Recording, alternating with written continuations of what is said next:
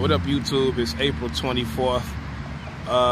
It's about 8 o'clock right now. Hopefully it's enough light on here before I press record.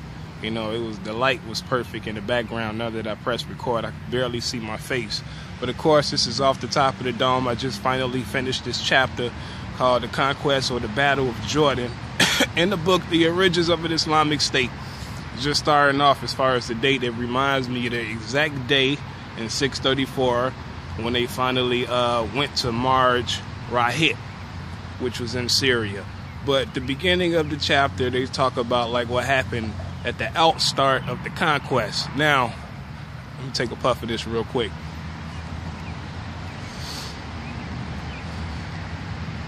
Damascus itself, based on my research, and it's factually true, consists of 7 different city walls. So various commanders under Khalid ibn Abdullah. Khalid ibn al-Walid, basically. I can't believe I messed his name up. But anyway, you had a few of them that surrounded Damascus. Now remember, in a prior chapter, this is like right after Khalid had sent Bushra ibn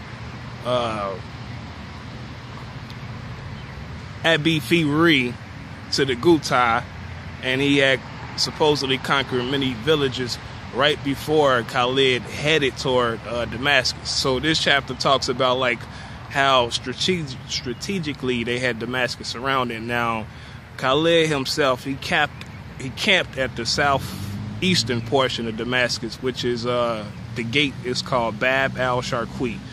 Abu Ubaidah had camped at the Jabaya gate, so that's more like the northwestern portion. Now the rest of the like city gates are just surrounding Damascus at different points. Shurabil ibn Hassana, he camped at the Bab al-Faradis gate, and Yazid ibn Abu Sufyan, he camped at, I want to make sure, the Sagur gate, the Bab al-Sagur gate. Amar ibn al-Asi as-Sami camped at the Bab al-Tumar gate. So that's what they mentioned at the beginning of the chapter. Now, of course, different versions of what happened during this whole conquest. Now, the first version is that Khalid ibn al-Walid had received some intel. Now, obviously, the Romans or the Greeks in Damascus already knew of this attack that occurred because what happened in Ghouta before they finally made it there. But Khalid obviously wasn't too far from Damascus because there was some type of building that they called Der Khalid, which was named after him later. He supposedly camped at this building, and then like one of the bishops from Damascus was giving him intel as far as what was going on that very night that they planned on attacking. It was some type of feast, some type of festival that was going on, and because this festival took place, you know, the guards that were supposed to be guarding Bab al-Sharqi, you know, it wasn't as many of them there. So Khalid decided to attack during that very point. Now, at this little building that he was at, you know, some people had brought him a ladder because the bishop suggested that that's all he needed to climb the wall or whatnot.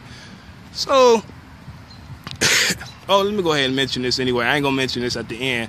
As far as this building, like when he first camped there, the person that owned the building, they didn't say who it was, but you know, he made some type of agreement to where, you know, he would give that building up to Khalid, and then he will later on be reinforced after Damascus is conquered.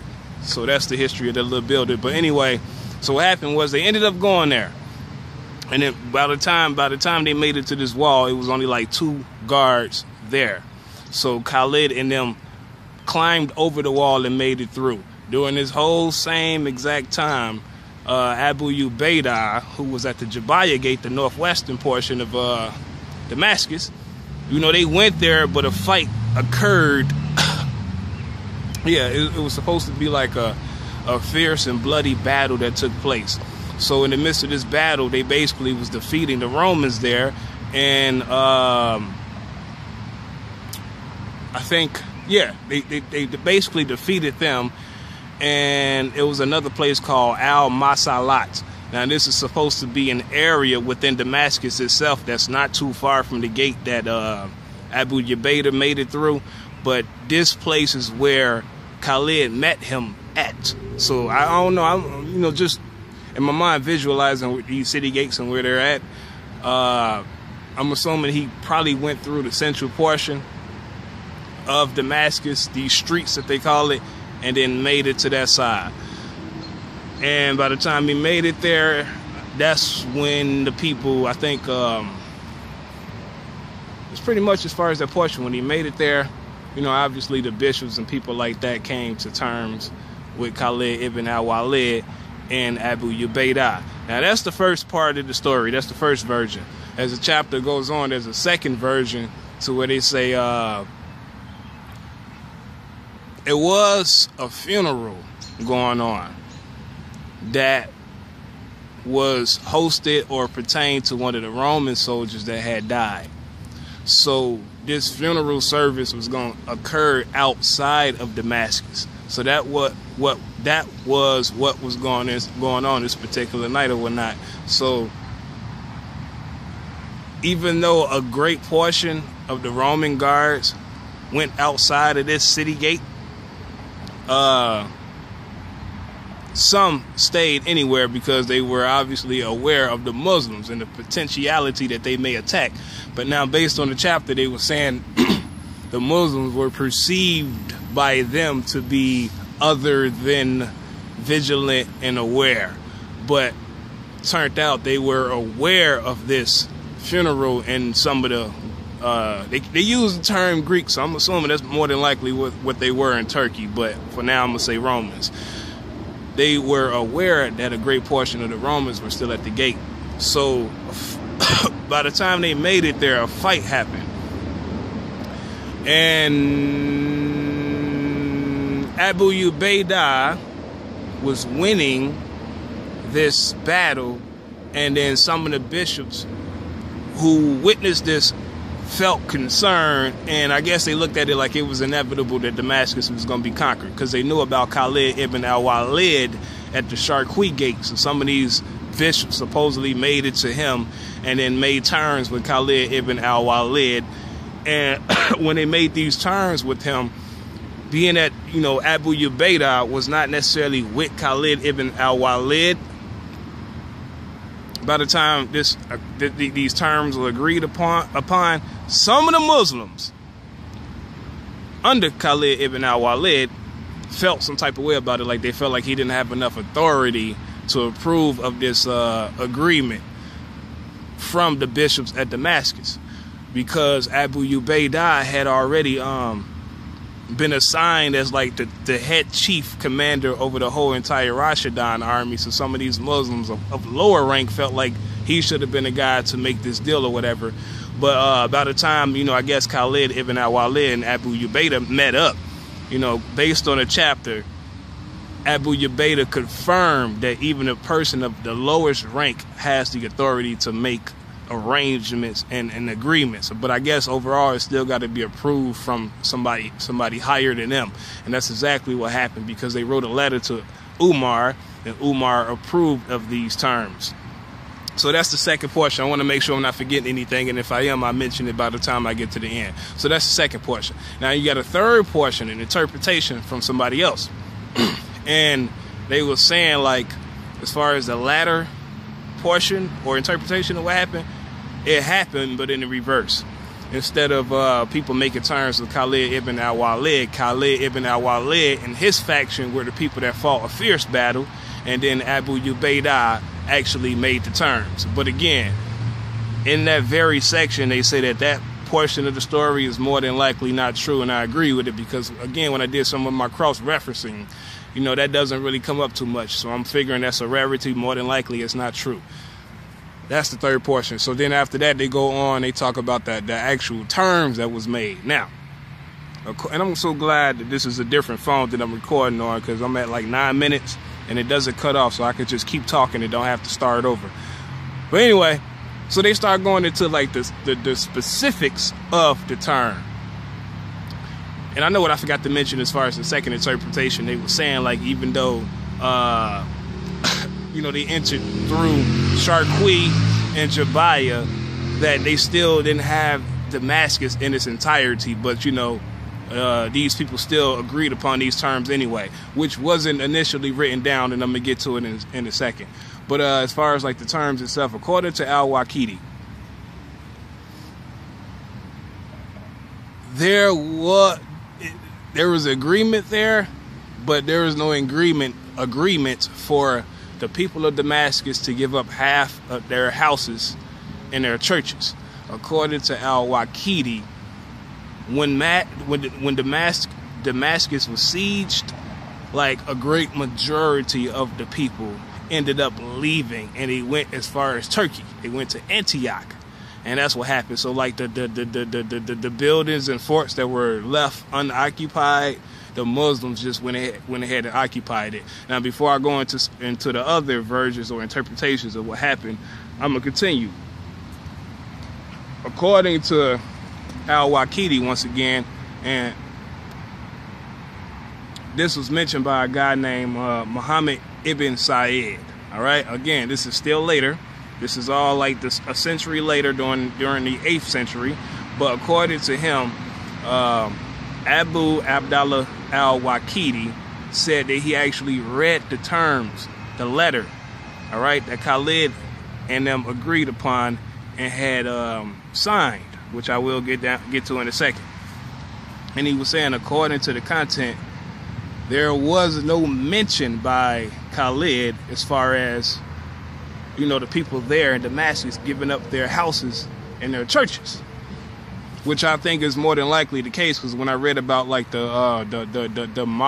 Maria Mike Cathedral, you know, as far as the history of that cathedral, even though it was first built in the 2nd century, there is no mention, as far as what I read about them when I did my cross-referencing, of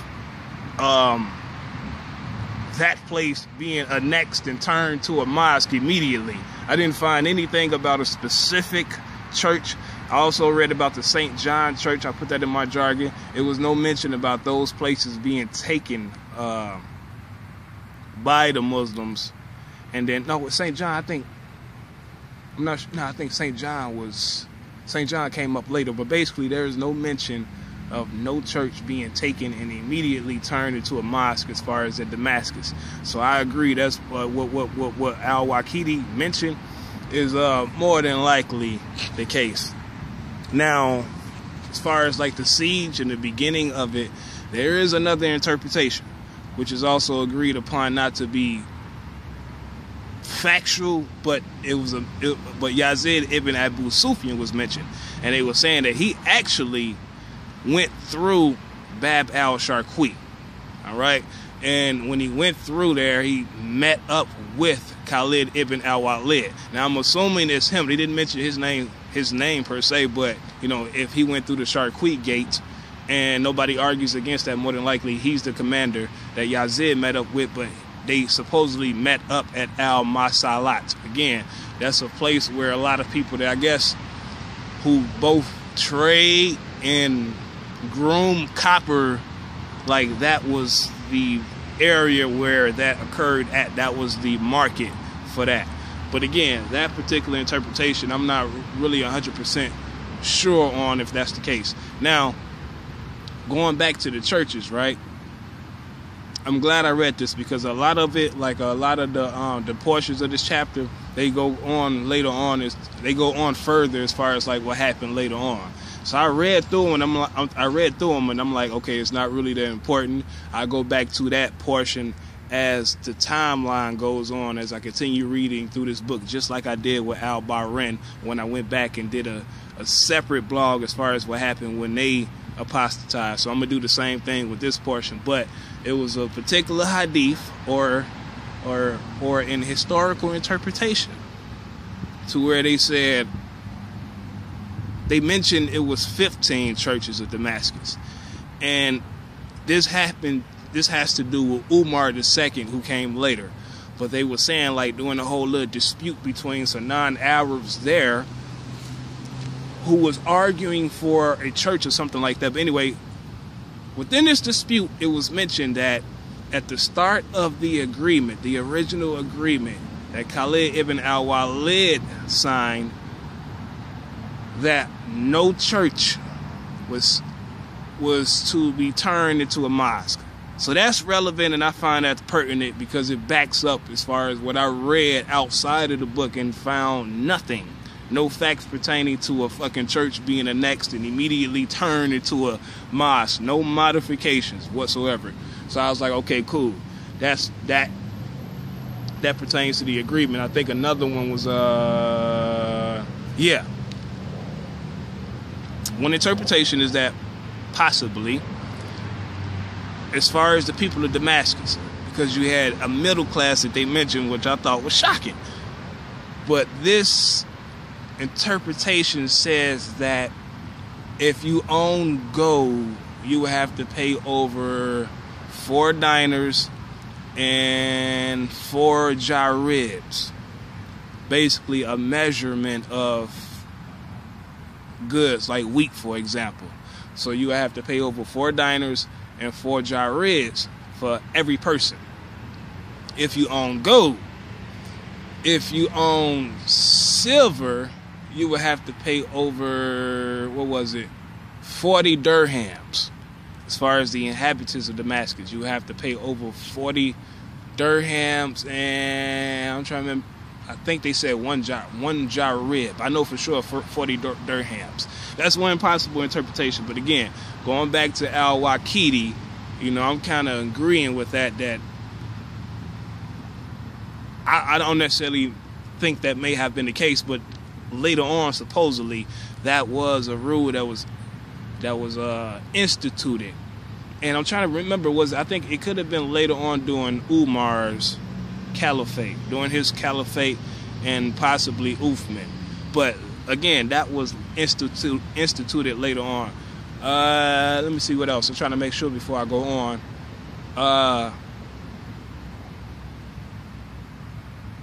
Yeah. Now, as far as like the agreement, this is the last portion of it. They were saying, like, as far as the siege of Damascus, it was effective, but basically completed a year later, when everything was completely finalized. So that's when it was actually completed, and it was during the month of Rajab. So that would be in 635. It'd be between July 20th and August the 18th. July 20th and August the 18th of 635. But according to, I think it's al-Waqidi, they were saying like the letter itself, as far as it being signed, it had a later date on there. And the date is actually in 635. And that would have to be the month of Rubai Thani. So that would have been between May the 12th and June the 9th. May the 12th and June the 9th of 636, representing the month of Rubai Thani. But again, based on al-Waqidi, now this is actually his interpretation of what happened. He's not the person that pointed it out, but he kind of made sense of it. He said it's because one of the bishops later on came to Khalid ibn al-Walid, and he wanted him to recertify this agreement.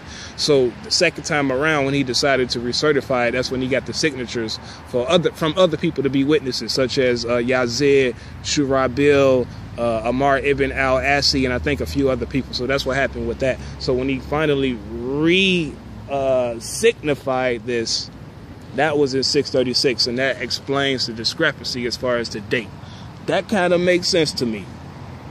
And then it makes sense to me because, again, when they originally, attempted to attack Damascus, or decided to do that, again, that was in 634, because that's after Marj Rahit. You know what I'm saying? Remember, again, they sent Bushra to Ghouta, and then when he finally made it to Damascus, when they actually started to attack, remember the fucking month that occurred. It was supposed to have been between July and August. Remember that. So it took a whole year for everything to be finalized. So that's why I agree with this. I don't really see too many contradictions there. So then after that, they mentioned how, because it's called the Conquest of Jordan. So they kind of like making little reiterations here and there. So they mentioned how they went to Bushra, how they made it into Bushra and they attacked there. And, another place called At-Riyat. Yeah, At-Riyat, which is Dara today, D-A-R-A, and that is also in southwestern Syria. It's basically between Bushra and Al-Jalin, okay? That was one of the places that they mentioned that ended up being conquered, and these people had made terms with them also, and then Yazid went further into, because they talk about how like the rest of Haran got taken over, and as far as Darat, it was called Al-Bathaniya. All right, that was the district that was the district that it was in, and they mentioned how the rest of Jordan and Haran was being conquered. But again, that's a reiteration to me, because that includes Fi, that includes Al-Jalin. Remember, that was also mentioned in the chapter concerning it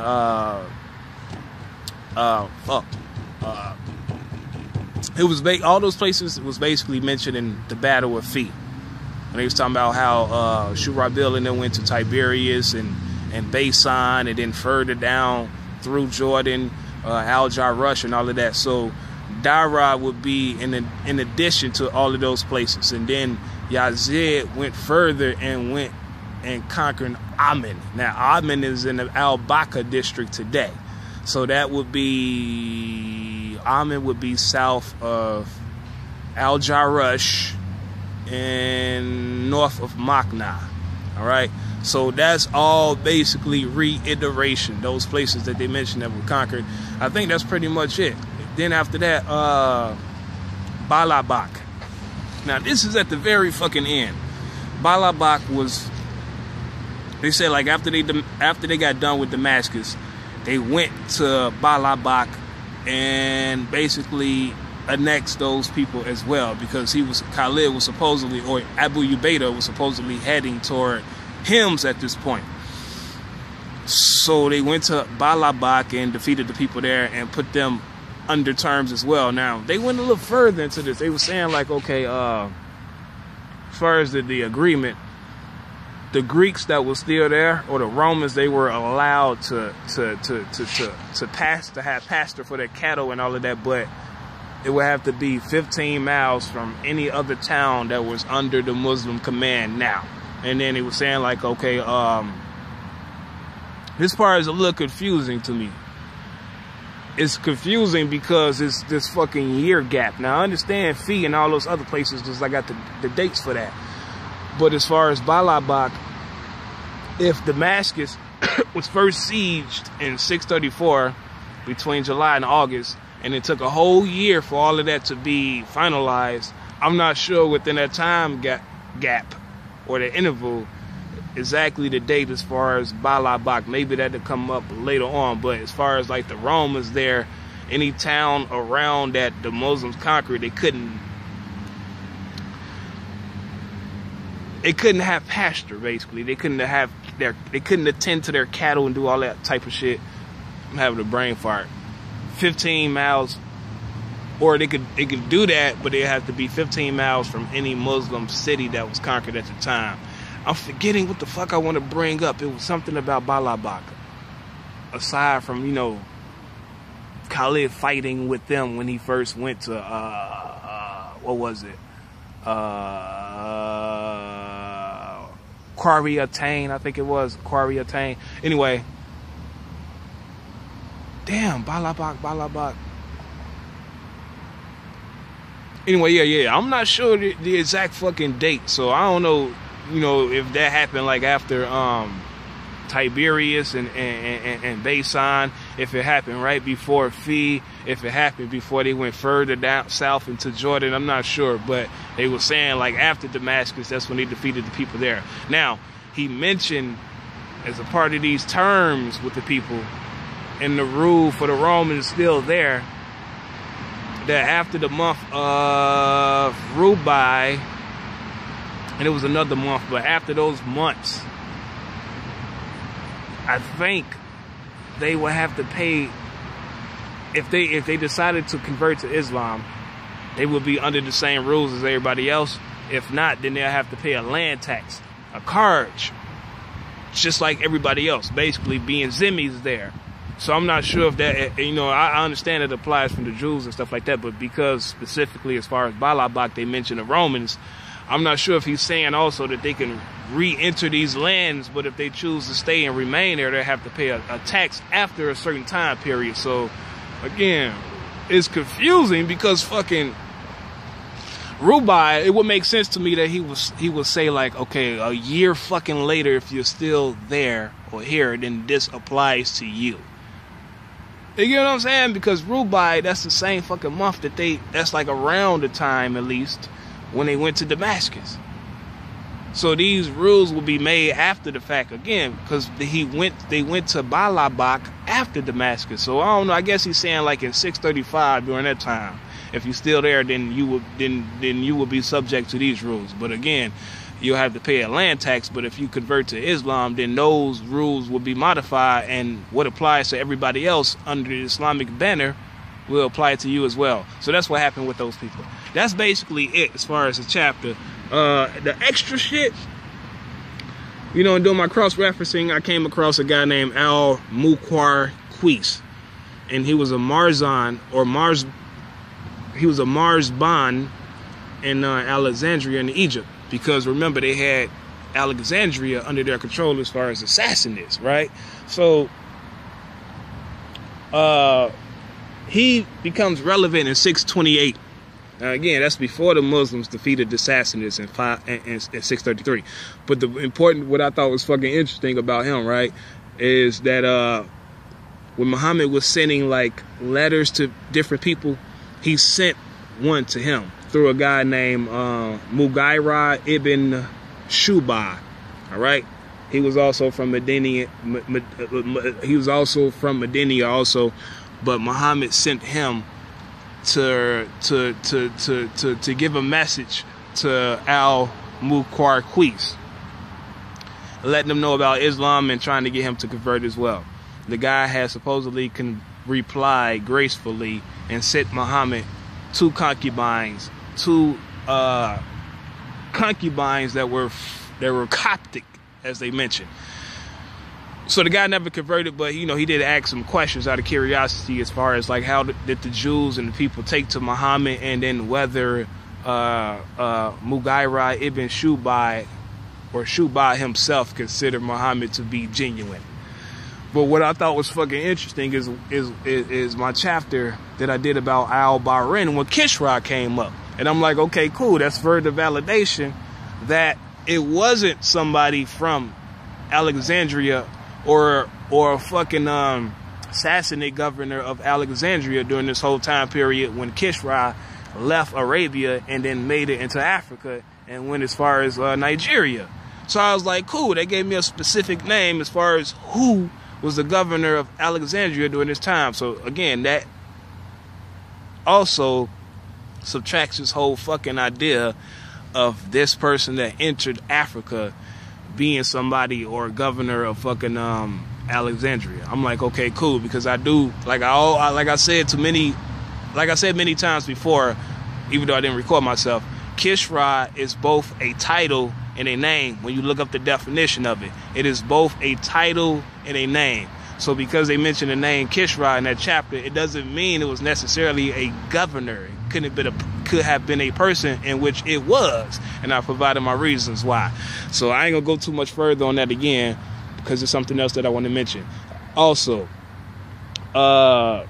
concerning that whole little episode as far as Al-Muqarqis, it also, you know, provided like a larger picture for me. Like, even though this whole revolution occurred originally in Mecca, then everything built from there in Medina, and then you have all these battles and fights in various oases and cities being conquered, it still is like, okay, it was something going on outside of Arabia concerning Muhammad too, as far as Muhammad going or sending messages as far as fucking Egypt. In 628, and this is after the Battle of Kabar, obviously, and I do honestly think after March, so that will be after the Hudaybiyah treaty was signed and agreed upon. So I thought that was fucking interesting. Another thing, as far as me doing my cross-referencing, is a guy named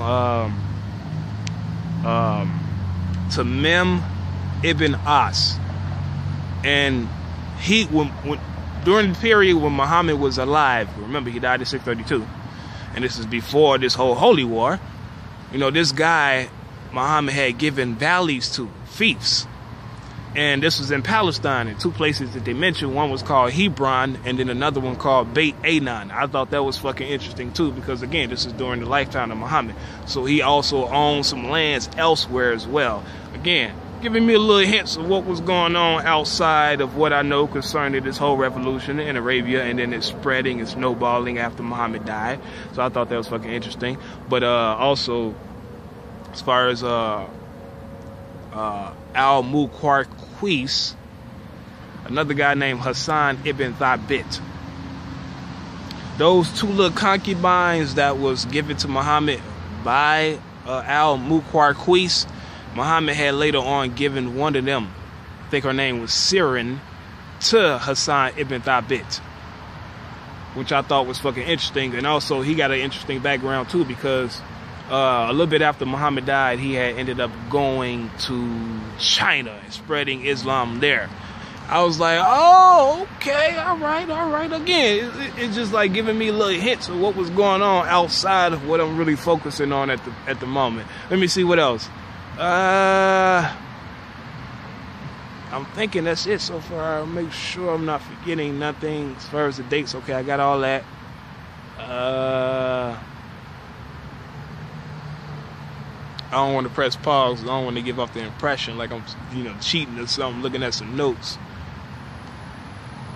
That's it. Well, the next chapter is the battle or the conquest of Hims. So that's what they're going to go into next. I guess it's somewhat of a segue, because remember when Khalid ibn al-Walid, not him, but Abu Ubaidah was heading toward Hims, Balabak was one of the places that, they stopped at. But damn, I feel like I'm forgetting something, and I don't want to forget nothing. I guess I'm going to leave it at that so far. So yeah, April 24th, now I've got to walk all the way to this damn library and upload this footage on my YouTube page, and I'll holler at y'all next time. Possibly tomorrow, 2 days after that. It depends on how I feel. So yeah, that's it.